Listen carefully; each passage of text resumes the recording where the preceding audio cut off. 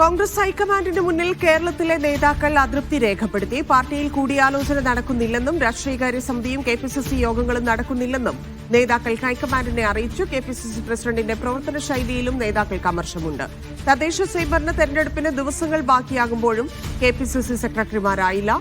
പ്രതിപക്ഷ നേതാവും കെപിസിസി അധ്യക്ഷനും തമ്മിലും ആശയവിനിമയമില്ലെന്നും നേതാക്കൾ ചൂണ്ടിക്കാട്ടി.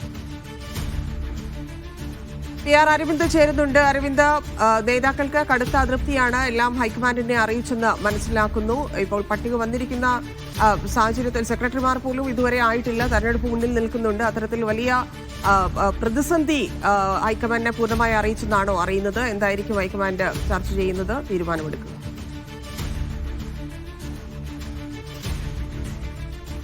അതന്നെ, തദ്ദേശ തെരഞ്ഞെടുപ്പിന് മുൻപാകെയാണ് കേരളത്തിലെ കോൺഗ്രസ് നേതാക്കളുടെ ഒരു യോഗം ഹൈക്കമാൻഡ് ഡൽഹിയിൽ വിളിച്ചു ചേർത്തത്. ഈ യോഗത്തിലാണ് കടുത്ത അതൃപ്തി കേരളത്തിലെ നേതാക്കൾ ഇപ്പോൾ വ്യക്തമാക്കിയിരിക്കുന്നത്. പ്രധാനമായും മുതിർന്ന നേതാക്കളടക്കം കടുത്ത അതൃപ്തി യോഗത്തിൽ വ്യക്തമാക്കിയിട്ടുണ്ട്. നേതാക്കൾ ചൂണ്ടിക്കാണിക്കുന്നത് ഇത്തരത്തിൽ കൂടിയാലോചനകൾ പാർട്ടിയിൽ നടക്കുന്നില്ല എന്നതാണ്. പല കാര്യങ്ങളും മാധ്യമങ്ങളിലൂടെ മാത്രമാണ് മുതിർന്ന നേതാക്കൾ അടക്കം അറിയുന്നതിന് വിമർശനമാണ് ഈ യോഗത്തിൽ പങ്കെടുത്ത കോൺഗ്രസിന്റെ മുതിർന്ന നേതാക്കൾ ഇപ്പോൾ ചൂണ്ടിക്കാണിച്ചിരിക്കുന്നത്. കെപിസിസി പ്രസിഡന്റിന്റെ പ്രവർത്തന ശൈലിയിലടക്കം വലിയ വിമർശനം യോഗത്തിൽ ഉയർന്നിരിക്കുന്നു. കാരണം തദ്ദേശ തെരഞ്ഞെടുപ്പ് പടിവാതിലിൽ എത്തിയിരിക്കുകയാണ്. അപ്പോൾ ഇത്തരത്തിലുള്ള പ്രവർത്തനങ്ങൾ അത് പാർട്ടിയെ തന്നെ ബാധിക്കുന്നു എന്നതാണ് മുതിർന്ന നേതാക്കൾ ഇപ്പോൾ യോഗത്തിൽ ചൂണ്ടിക്കാണിക്കുന്നത്. അതുപോലെ തന്നെ രാഷ്ട്രീയകാര്യ സമിതിയും അതുപോലെ തന്നെ കെപിസിസി യോഗങ്ങളും ചേരുന്നില്ല എന്ന വിമർശനം കൂടി മുതിർന്ന നേതാക്കളുടെ ഭാഗത്തുനിന്നുണ്ടാകുന്നു.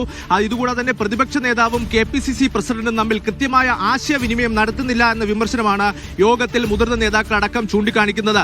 നേരത്തെ കെപിസിസി ജനറൽ സെക്രട്ടറിമാരുടെ പട്ടിക വന്നപ്പോൾ അടക്കം വലിയ വിമർശനങ്ങൾ പല കോണിൽ നിന്ന് പല നേതാക്കൾ ഉയർത്തിയിരുന്നു. അതുപോലെ തന്നെ കെപിസിസി സെക്രട്ടറിമാരുടെ പട്ടിക ഇതുവരെ പുറത്തുവിടാൻ സാധിക്കാത്തത് പാർട്ടിയുടെ വീഴ്ചയെന്ന് തന്നെയാണ് മുതിർന്ന നേതാക്കൾ ഇപ്പോൾ ചൂണ്ടിക്കാണിച്ചിരിക്കുന്നത്. ഹൈക്കമാൻഡിന് മുന്നിൽ ഇക്കാര്യങ്ങൾ കോൺഗ്രസിന്റെ മുതിർന്ന നേതാക്കൾ വച്ചിരിക്കുകയാണ്. ഹൈക്കമാൻഡിന് എന്ത് തീരുമാനമെടുക്കും, അതുപോലെ തന്നെ ഹൈക്കമാൻഡിന്റെ നിലപാട് എന്തെന്നതാണ് ഇനി ഏറെ ശ്രദ്ധേയം. എന്തായാലും കെപിസിസി പ്രസിഡന്റ്, പ്രതിപക്ഷ നേതാവ് അടക്കമുള്ള നേതാക്കൾ ഇന്ന് ഈ യോഗത്തിൽ പങ്കെടുക്കുന്നുണ്ട്. കോൺഗ്രസ് അധ്യക്ഷൻ മല്ലികാർജ്ജുൻ ഖാർഗെ, രാഹുൽ ഗാന്ധി, അതുപോലെ തന്നെ പ്രിയങ്ക ഗാന്ധി അടക്കമുള്ള നേതാക്കൾ ഈ യോഗത്തിൽ പങ്കെടുക്കുന്നുണ്ട്.